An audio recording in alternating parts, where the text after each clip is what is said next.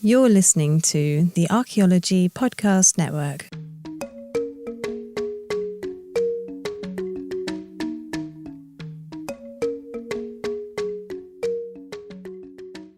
Welcome to episode 98 of the Life in Ruins podcast, where we investigate the careers of those living life in ruins.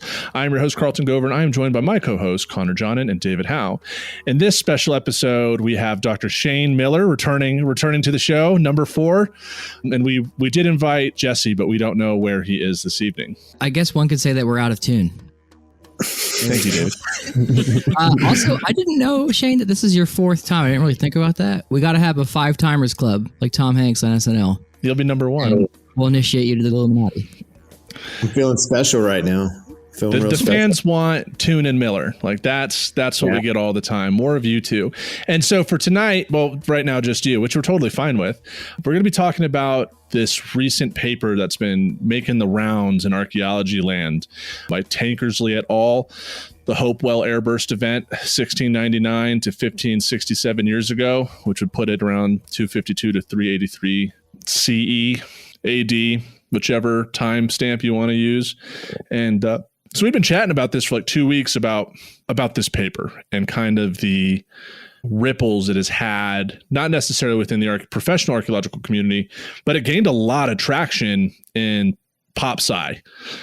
And so that's what we're here to talk about. Now, definitely, I don't study Hopewell. Connor doesn't study Hopewell. David doesn't study Hopewell. And Dr. Miller, you don't study Hopewell. Yeah. So we're not really coming at this episode from like we are experts in the Hopewell culture, but the 4 of us combined can talk about the methods and interpretations Tankersley et al. Are making towards this Airburst event, which they surmise is the cause of the end of the Hopewell culture.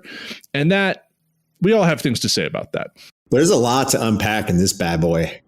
Yes. So I think it's prudent that we should at least give like a brief background to what the Hopewell is. And according to Britannica, the Hopewell culture, which is a notable ancient Indian culture of East Central of North America, flourished from 200 BCE to 500 CE in what is now Southern Ohio, with related groups in Michigan, Wisconsin, Indiana, Illinois, Iowa, Kansas, Pennsylvania, New York.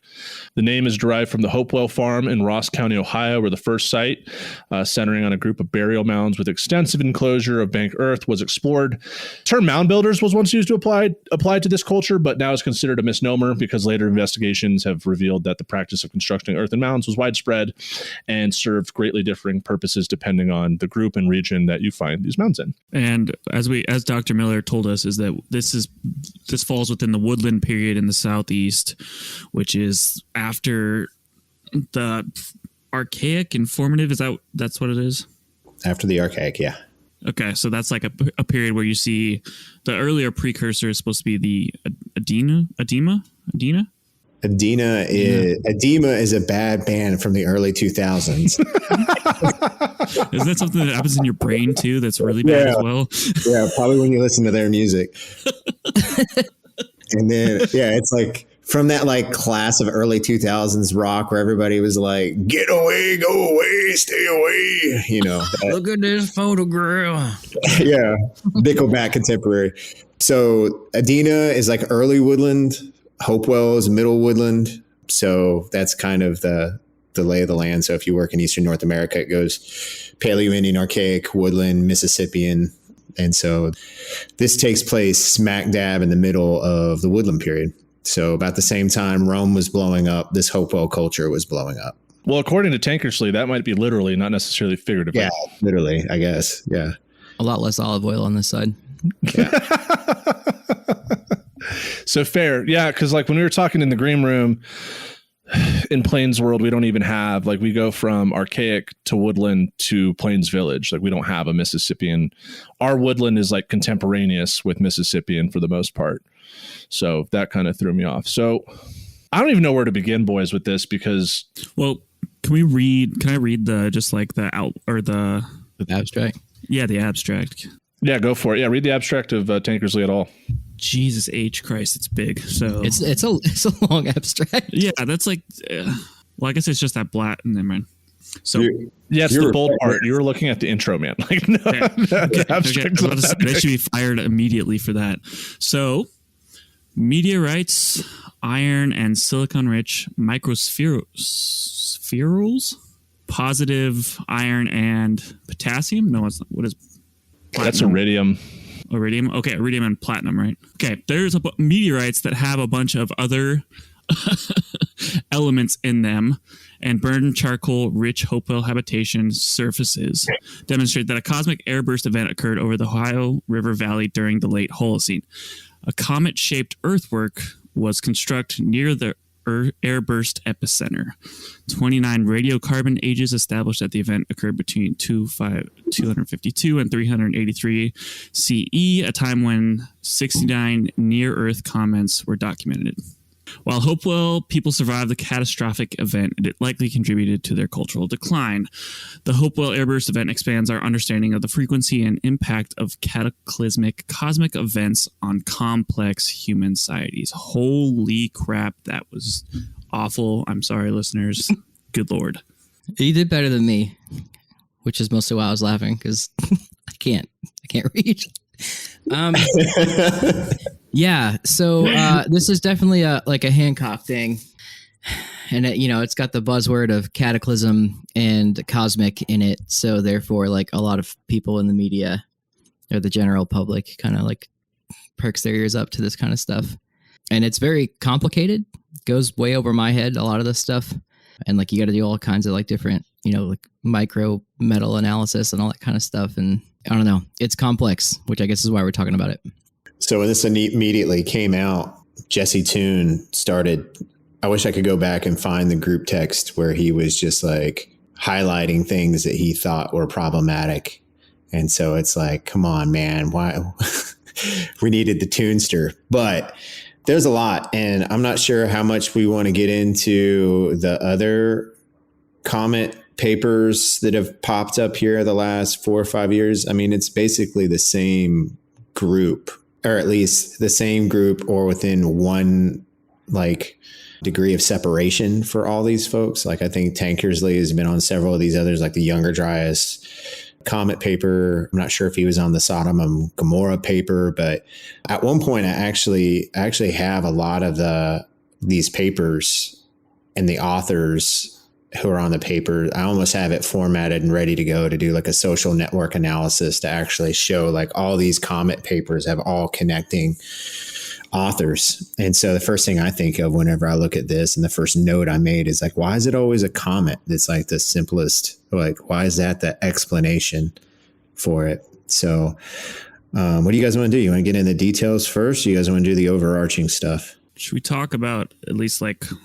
the evidence for the comets, and then we'll work into like what that means? And sure, I guess I can start it with like, to answer Shane's question, like we all are taught as children that an asteroid wiped out the dinosaurs, and that makes sense. We weren't there.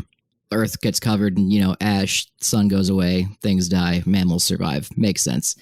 And it's just such like a catastrophic event that like when something collapses in human society, it's like, oh, well, of course something crashed in and like destroyed it. Mm-hmm. And I think it's just like, it's a catch-all. I guess what would it be in Dave Anderson's bullshit detection?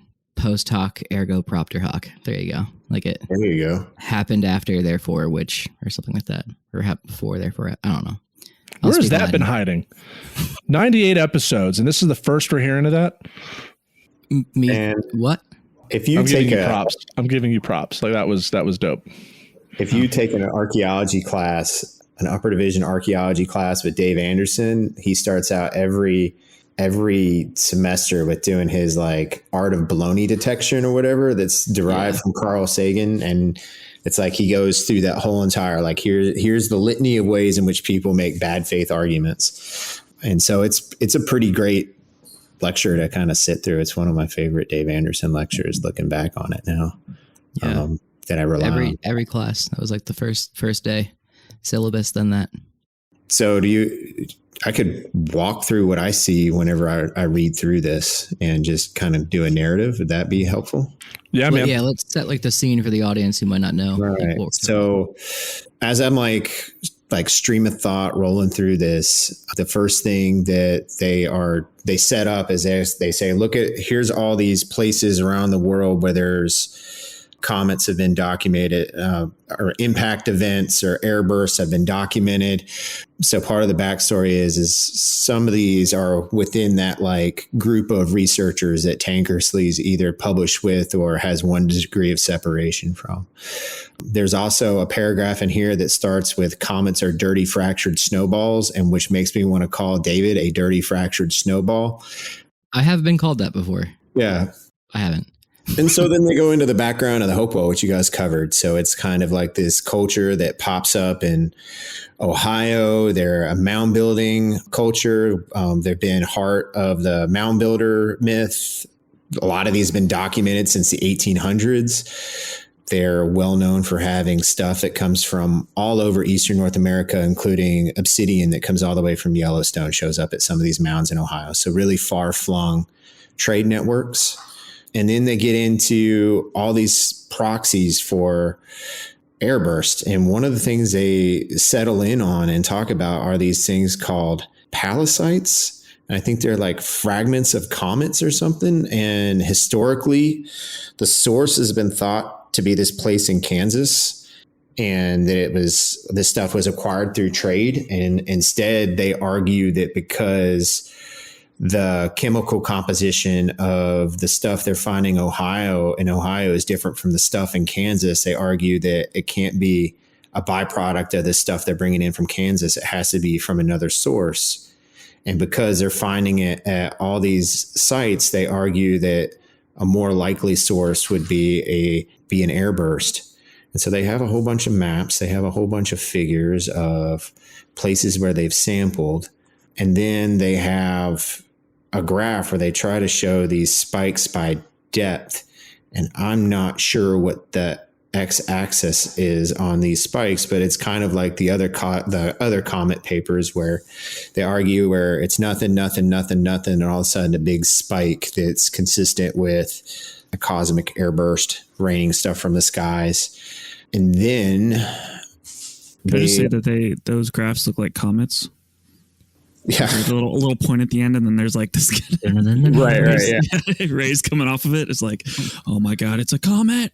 And like, and real quick, like airbursts, we're not talking about like some extraterrestrial objects like hitting the Earth's surface. They blow up prior to impact with the ground, and that's where we get this term airburst.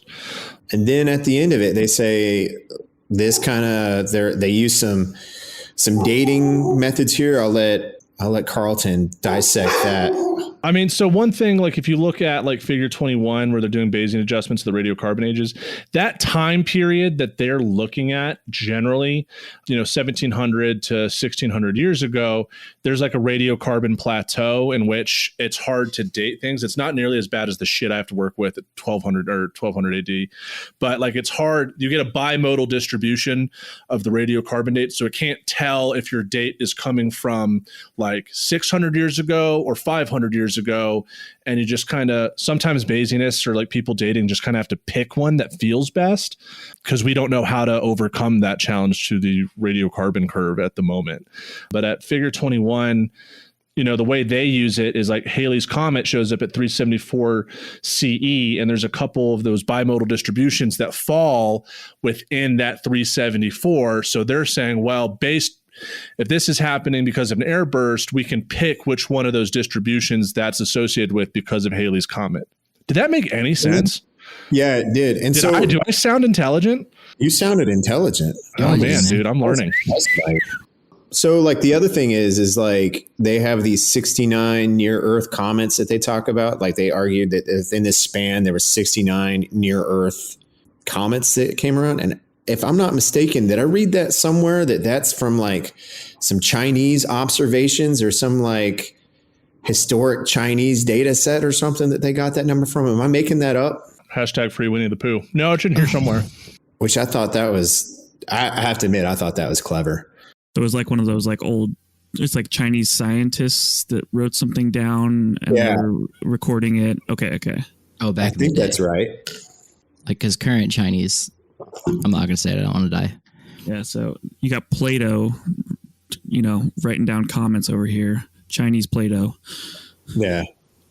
Right And now. then they get into some oral history stuff at the end where they argue that a bunch of these different, I guess, greater Great Lakes groups all have references to things that could be interpreted as airbursts or comets in their oral history. And I was gonna ask Carlton about See, that pissed me off. And I'll tell you why that pissed me off is that why is that at the end? It's like a footnote. It's like, here's all of our data. And then also it's like 2 or 3 sentences. They don't even name the tribes. They're just like, yeah, these descendant tribes in the Great Lakes talk about an airburst period. It's like, why even add it at that point? If you're not going to tease that out or cite anybody, who cares? I was thinking about like the description of what you told me your master's research was on and trying to use radiocarbon dating, like Bayesian modeling and oral histories to try to connect the dots of this stuff better. So it's just not kind of like a floating story out there that you're connecting it to other things that happen with the archaeological record to make it like a more robust story. It kind of felt like tacked on at the end. It's like arm wavy, like, hey, this could kind of be, but you're kind of like, it could be a lot of things. Yeah, it's not contextualized. Like there's no... when I did that thesis research, I had to make like a relative chronology in order to make the Bayesian make sense. But when you just throw like, oh, well, they talk about an airburst, it's like, okay, it could completely out of its context of when that story is supposed to take place and all these other things. So like, yeah, it kind of felt, I mean, this isn't new, like archaeologists kind of throwing in some sort of indigenous interpretation that they don't really discuss. So for me, kind of reading it in this paper by Tankersley, like that doesn't carry any weight for me. Okay. It's not done properly. Like if it was in a historic document like they did with the Chinese, they fleshed that out. So why aren't you giving the oral traditions that same amount of scientific rigor? But instead you're just blindly pinning the tail on the donkey and saying, oh, look, it fits.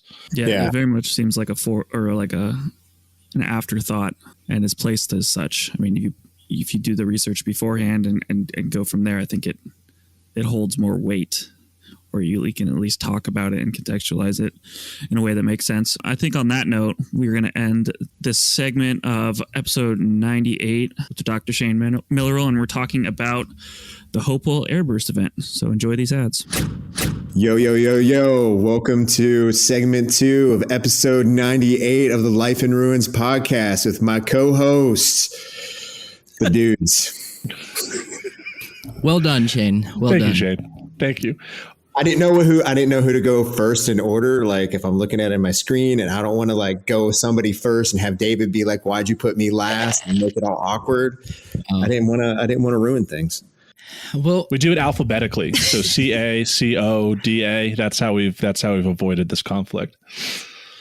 Okay. I think David's always last, and I'm technically because alphabetically he's last. I mean, if I'm we the had last someone join the sessions too, so when one of us drops out and we bring on an Ian, he'll be last. It's all just just how the name system works. Are we doing first names or last names? Come on. First name. We're doing comets. Oh, comet Cupid. Okay. Cleaning stuff up with a comet. I have a question. I see on Reddit a lot, on the Archaeology Reddit, which is currently a dumpster fire as usual. No, sometimes it's good. People keep posting these things about like bronze or copper that's in like up north by like the Great Lakes or something like that, and that it was an impact thing, and like we're like archaeologists are hiding evidence of like the Copper Age and the Americas. Does this have anything to do with that? I don't think so. It wouldn't surprise me if it's. What's funny is I talk to people who don't really know that much about. They're not like neck deep in archaeology like maybe we are, but they're just regular folk, but they'll hear about stuff and they'll go down a rabbit hole started by Joe Rogan having Graham Hancock, or they'll be on the Reddit, the thing, and they'll come out with all kinds of weird stuff like, that's a new one to me. But I had somebody who gave me a whole entire spiel like on a college football message board about how, it was like lecturing me about how little we know about how long people have been in North America and yada, yada, yada. And I was like, wow, okay. That's weird. That's really weird. It is weird, right? Like, how many shovel tests have you dug, man? Where you pull up nothing but friggin' bison bone and deer bone. Yeah, and it's like one of those things where I don't want to go full argument from authority either. You know, shout out to Dave Anderson, bad arguments. Right. But yeah, it's weird when people take off and run with stuff like this comet paper. And it's weird. Like, you guys sent me those like public press articles, like the popular articles. And I was like, whoa, people are going to take this in some weird directions. Yeah, like one of the titles is "A Cosmic Airburst May Have Devastated a Vast Native American Culture 1,500 Years Ago," which is a bad interpretation of the paper to begin with, because I think they suggest it, right, that it might have factored into ultimately the Hopewell decline, but it's not saying that like alien artillery like ruined the Hopewell. Right. Like Starship Troopers. That's what I was thinking. Damn bugs, man. There's also no way to rule out that it was not Thanos. You can't really, there's no constant to hypothesize with that. But do you guys follow Mark Boslow on Twitter? Nah. I used to. Who that is? So Mark Boslow is this guy who works, I think, at Los Alamos. He's based out of New Mexico, and he's a guy that's done a bunch of the actual modeling for how impact events, how you actually model them. And like, he's been very, very, very antagonistic to these series of comet papers, saying that they're basically physically impossible. Like the story that they're using, the mechanisms for like the Younger Dryas comet. I'm assuming he really went in on the Sodom and Gomorrah comet paper. And just said like the actual physics of this are impossible. And so, I mean, that's the other thing that's like hard to convey to people too, is like a paper like this will come out. Nature, the scientific reports, whatever it is, the parent company for this, like they have a vested interest in generating controversy because that gets clicks, articles get shared, they get cited more. Articles that are controversial get cited more because people immediately start arguing about them, not unlike the dynamics on Facebook that drive those dynamics back and forth. When you get eyeballs on it, it generates clicks. And if you're a journal like Nature, that also drives up your citation indices whenever there's controversies. And so that's part of their metric for trying to argue that libraries need to carry their subscriptions and all kinds of other things, is like, look how important our journal is. Look at all the citations from these articles in our journal from the last year. This is where the conversation's at. You need to pay us lots of money so you get access to our journal. So there's like this financial vested interest in maybe promoting things that are controversial. That makes sense. I mean, it's all just clicks. Like if it, Meteor takes out indigenous, society. I mean, it's same stuff we always talk about with the White Sands one and the Cerruti one. It's just like it's buzzwords. It gets clicks. It's like easy to digest. Like it's a footprint in that case. Like, okay, there's evidence of people. It's not like some seed in someone's poop. Mm-hmm. And like, the mammoth one, it's like, oh, well, they were extracting the marrow. It's like quick and easy. And this one's just like they're gone.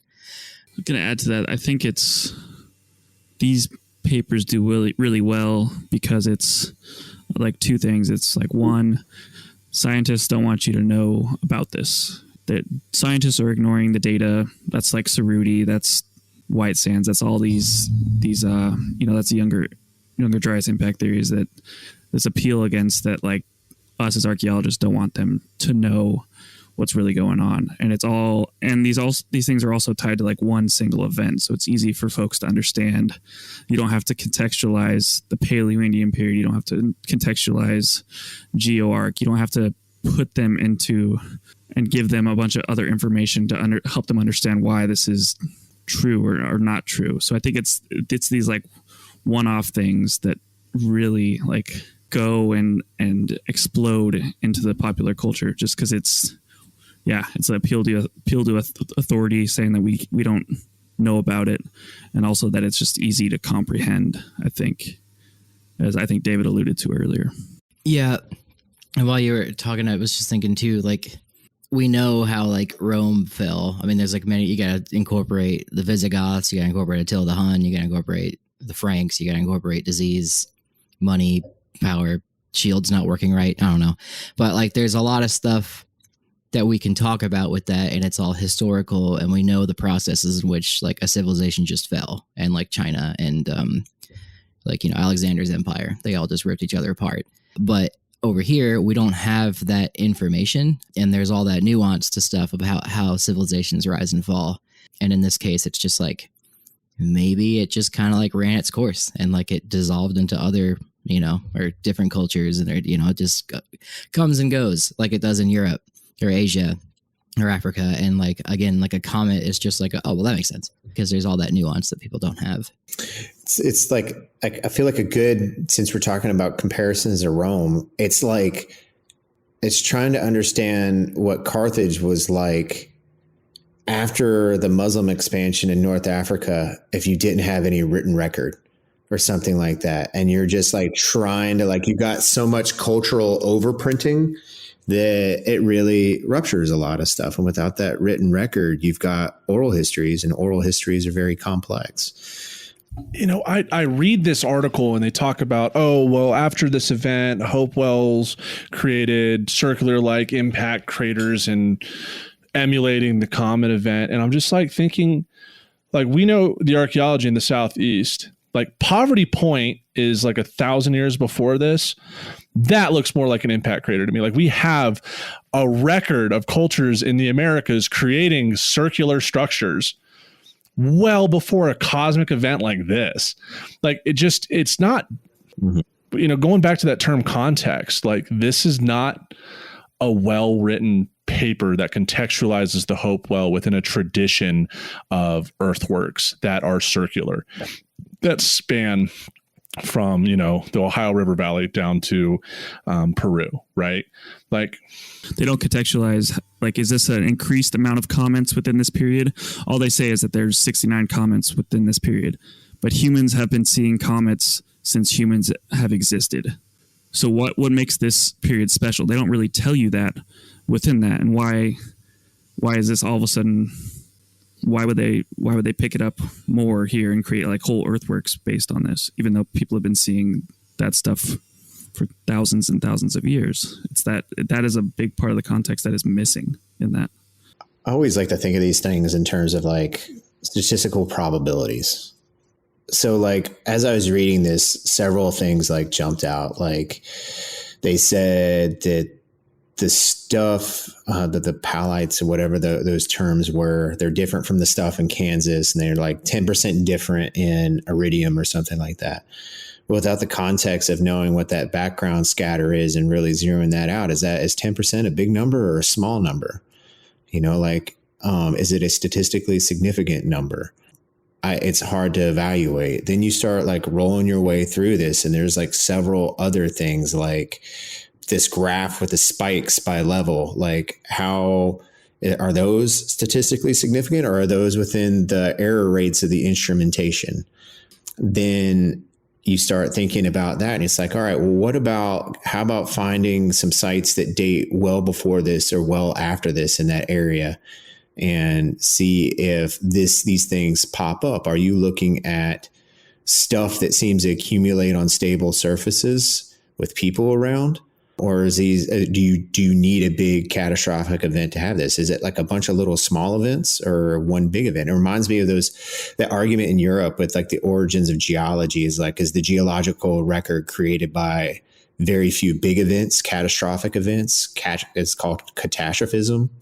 Or just the regular everyday things that we see, which is uniformitarianism. And so it seems to me you can create a uniformitarianism style counter argument to a lot of this, that it's just the stuff that happens when everyday people are using stuff. And if they're processing this bits of meteorite that are coming from Kansas, that stuff's going to spread around an archaeological site. Mm. I'd be curious to see, like, talking about population dynamics in these areas, because they talk about like a breadth of geography and cultural and, you know, population demographics. I'd be curious to see like some probability distributions of radiocarbon data for this period, because if there is an airburst around this time that's causing like fires and burning down, like part of their argument is they have all these sites where things look burnt to hell, then we should see, you know, population depopulation in areas, right? So if we're using radiocarbon dates and a sum probability distribution as proxies for population, around this period, you should see a decrease in radiocarbon data. Mm-hmm. And you should see increases in outlying areas.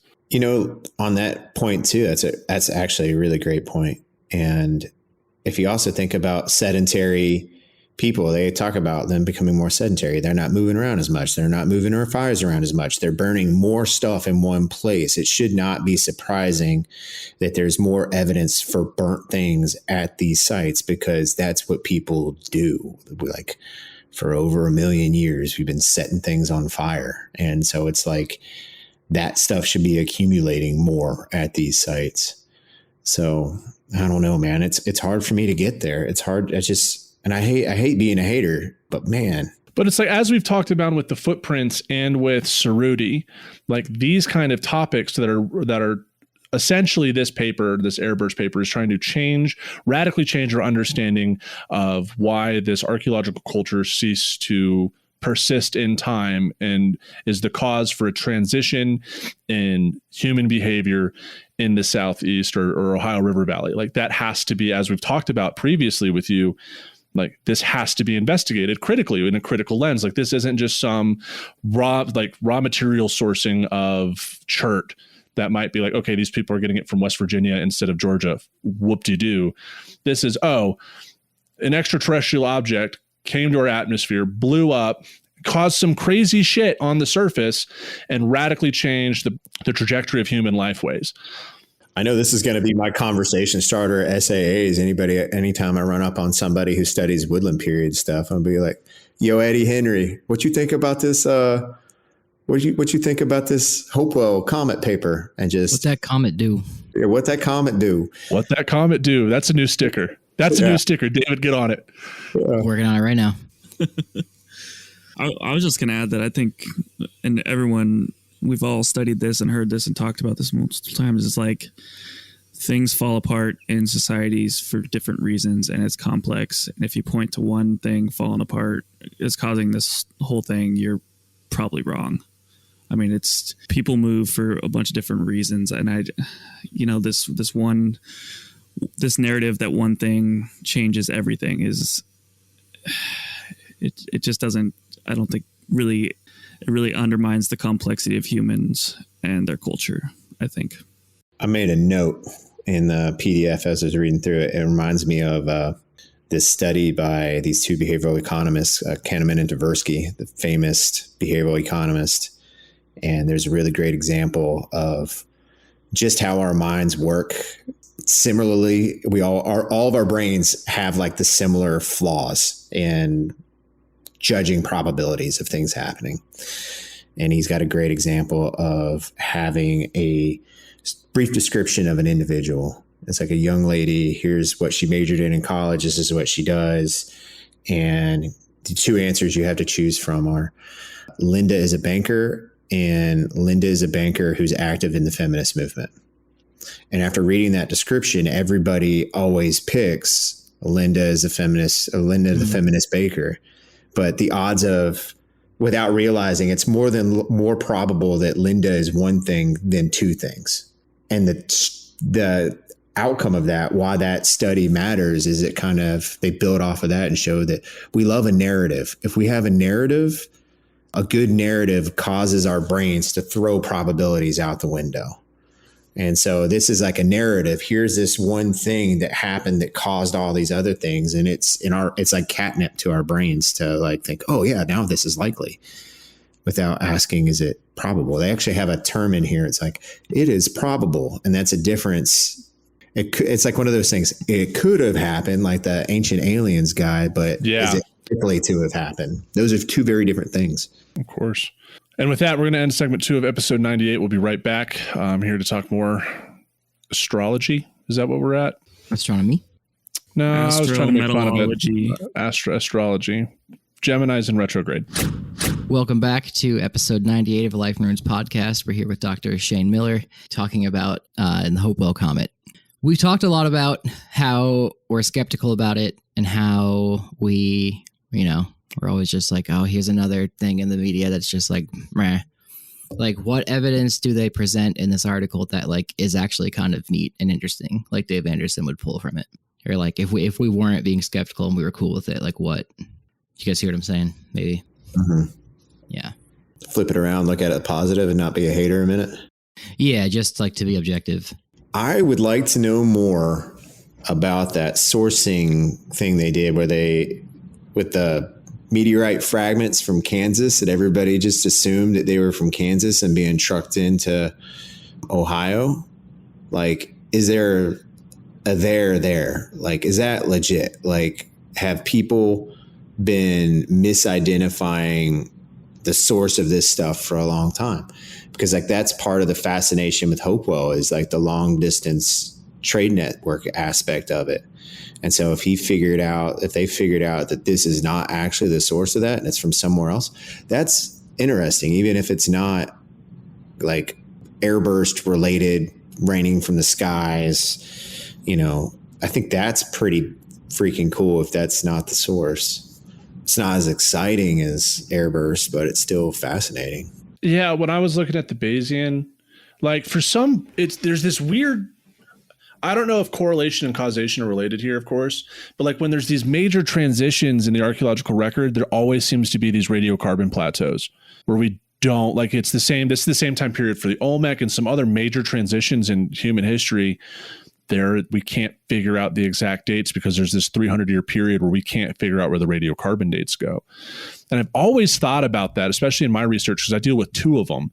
And they're right when like Woodland's ending, Cahokia is ending. Like, and I've always like, when I see this, it's like that same thing. I'm like, part of me was like, I entertained for like a moment. Could it be like these near Earth objects or airbursts, like putting more carbon into the atmosphere, and that's why we might be getting these? Like, those were the thoughts I was having, and kind of really started making me think critically about some of these other events in time of like, well, maybe it'd be interesting to see around these other periods in a radiocarbon curve where we have these plateaus, like, are there evidence for airburst then? Because like that's something, if someone can figure that out, like whoever figures out how to accurately date during these radiocarbon plateaus, they'll get a Nobel Prize.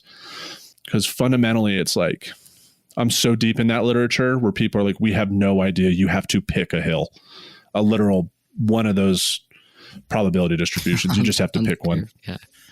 So, well, I mean, you bring up a good point. It's like with the Younger Dryas impact stuff too. It's like, okay, if it did happen, like I personally don't think it was like the be all end all. Like it did that. There were other factors at work already. Like mammoths were dying before that.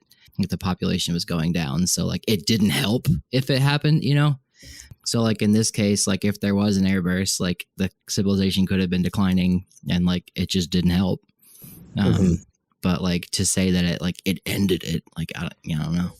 I think it's an interesting question too, is to say how human communities adapt and try to understand these cataclysmic events when they happen. I think that is an interesting question that you could fundamentally look at in the archaeological record. So what do these impacts impact essentially? I think it's a cool question, but I think it's a hard question to get at without really good chronology, really good understanding, or even historical records. I think that's the way to do it. So I will give them that like trying to understand these cataclysmic events and their effect on human populations is an interesting question. I'll give them that.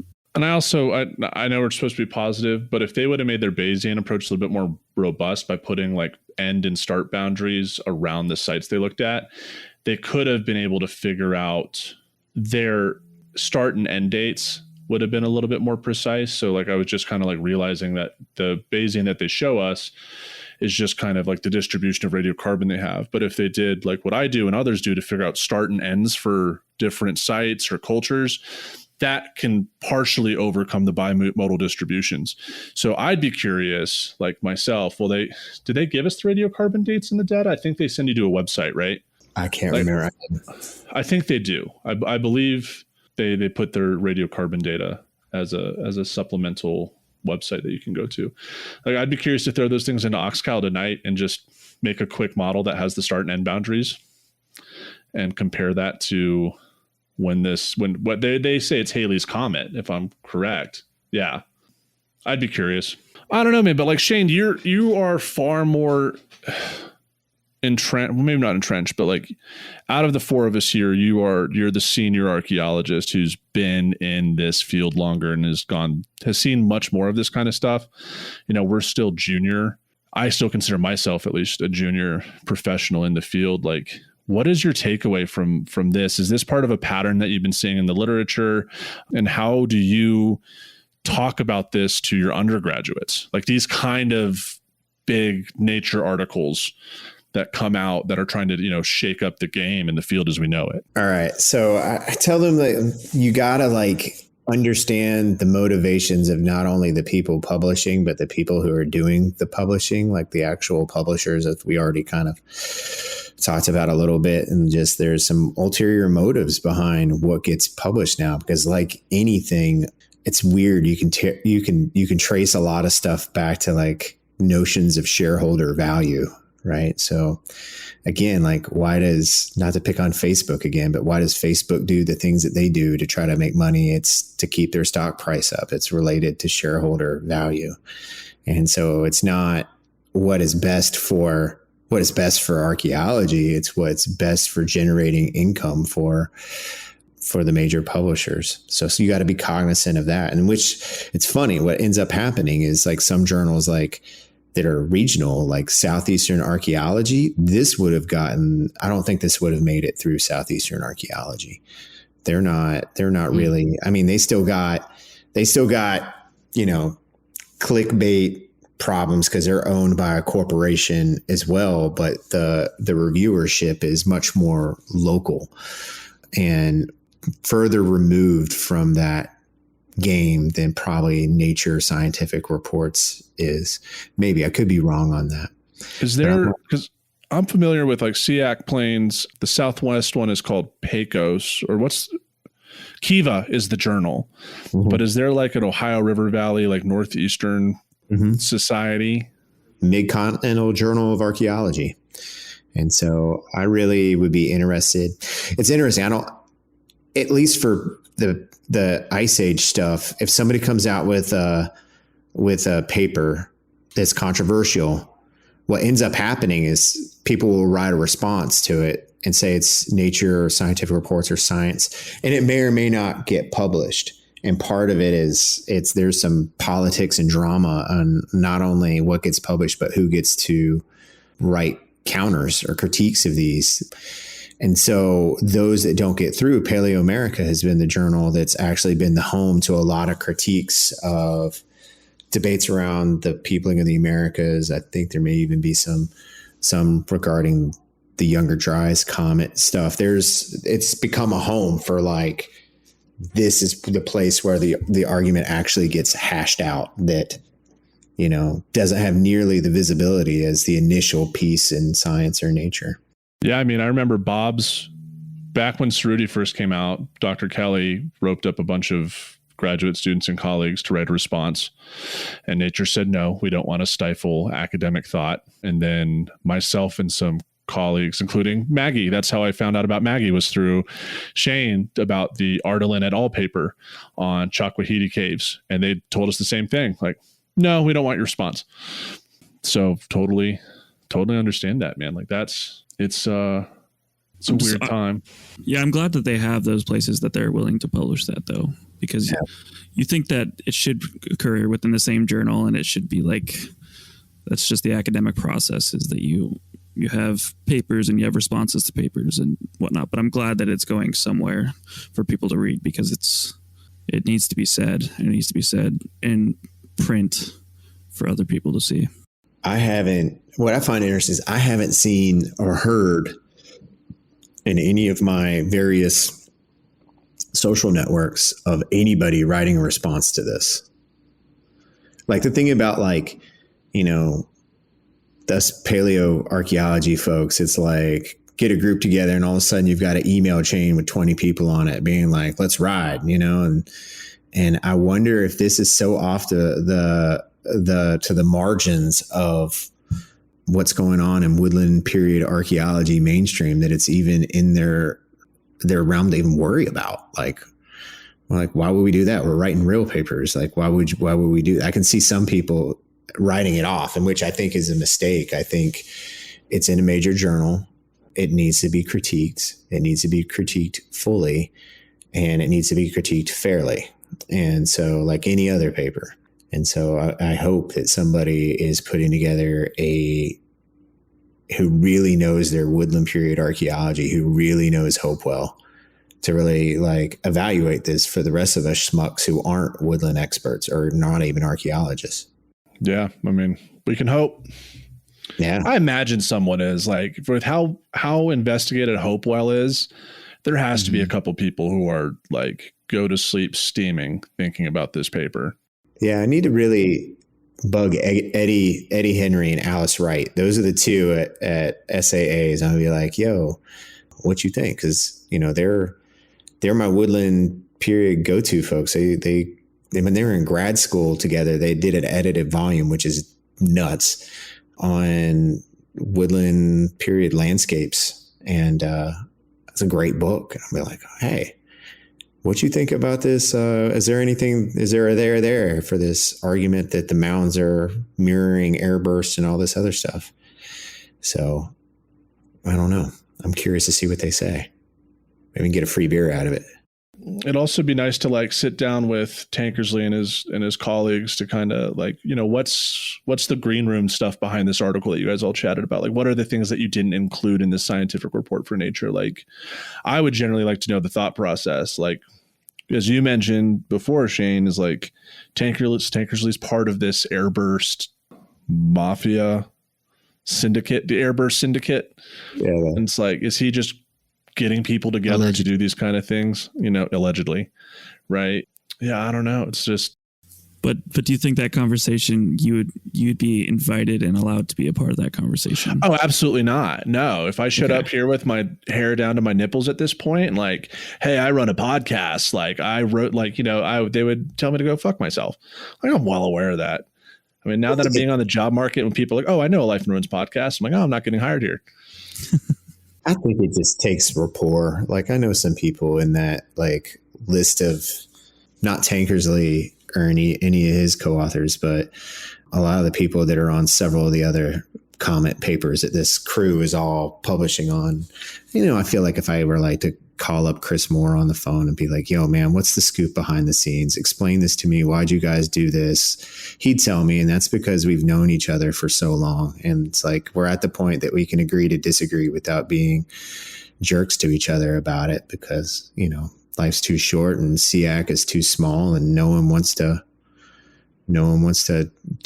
spend their time by themselves in the conference because they're being a jerk. But yeah, I think part of that, like this podcast in general, occupies this space. Like, if you want to listen to Tankersley and all them talk about it, like there are other podcasts that have had him on to talk about his paper. But like, I'm pretty happy with bringing Shane and others on just to like, you know, what are the criticisms behind it? Because I don't see too much of that in the media space and archaeology podcast world of like, you know, we, you know, just for our audience, so you don't think we're shitting on them. Like, you guys listen to our podcast. Like, we promote scientists and archaeologists and science communicators all across the globe to introduce you to them and their up and coming research. And when, you know, part of this is we get these articles from very established academics that are like, what the hell?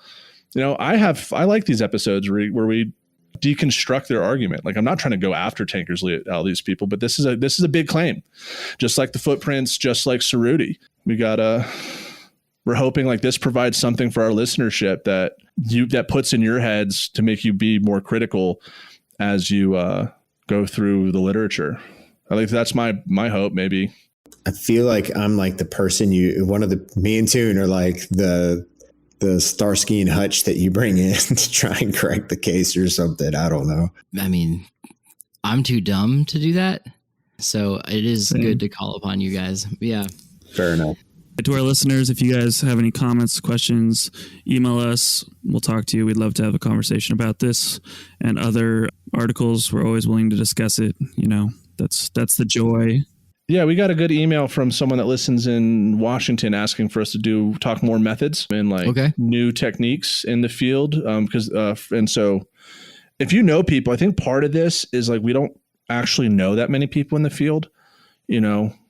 And so like, if you guys know people that are doing cool stuff, like let us know. Like, part of it is we rely on you guys to tell us what you want and who to talk to. Because we're getting to a point now, 2 years into this, over 100 episodes. We need help. Yeah. Well, we need help on many avenues. On many levels, yeah. Yeah. But here we Pay are. $100 a week for help. But before we end the show, thank you so much again, Shane, for coming on. We'll throw all the articles that we talked about today in the episode description, but what are you up to that our listeners can follow? Do you have any new recent publications just so our listeners can follow along with the cool stuff you're doing? Oh, well, me, Ashley Smallwood, and Jesse Toon are in the neck deep in the page proofs for an edited volume that should come out in, I think, July or August. And it's going to be all things Ice Age archaeology in the southeastern U.S. Hell yeah. So it's going to be a big monster book through the University of Alabama Press. And there's already an Amazon page for it up. So that's pretty exciting, just whenever you get to see your name on something on Amazon. We'll throw that down in the link, man. We'll have our people watch it. I will do. We'll do. You're going to watch a book? Watch it. Yeah. Click watch it. For it. Yeah. Watch for it. Yeah. Be on the lookout. So it's late. It's Sunday. Let's wrap this up. Yeah. Shane, I guess normally would ask where do people find you on social media, but we're going to skip right through that. And I'm on Twitter. Oh, I forgot Twitter exists. Yeah. What's your Twitter handle, Shane? The Dirty Trowel. That's right. With a U? Yep. Okay. Dirty, like DURTY _ trowel, I think, too. Well, it's in the description, guys. We know it. Yeah. You did it. So we just interviewed Dr. Shane Miller. You can find him on Twitter at The Dirty Trowel. Please be sure to rate and review the podcast. Spotify now has reviews. Let us know. We're still only got that one review from January. So I reiterate, it's February now. Yeah. Carlton's point. Rate and review the pod. I will come to the field. If you're listening to this in the field, screening some dirt right now, look behind you. I am behind you, telling you to please rate and review the podcast in the least creepy way, of course, but just rate and review the podcast. If you're in the museum, look around the corner, open up that other shelf. There's me. Rate and review the podcast. I don't know what I'm saying anymore. Just rate and review the podcast. It's what it is. All right, bye. That wasn't as impressive. We are out.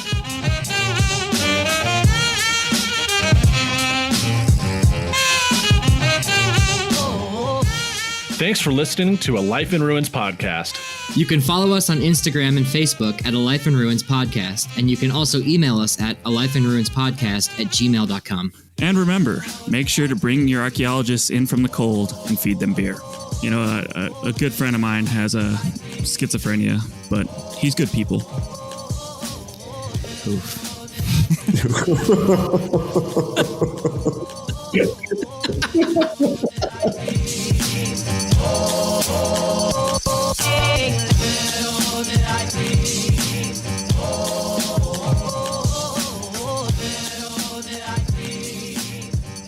This episode was produced by Chris Webster from his RV traveling the United States, Tristan Boyle in Scotland, DigTech LLC, Culturo Media, and the Archaeology Podcast Network, and was edited by Chris Webster. This has been a presentation of the Archaeology Podcast Network. Visit us on the web for show notes and other podcasts at www.archpodnet.com. Contact us at chris@archaeologypodcastnetwork.com.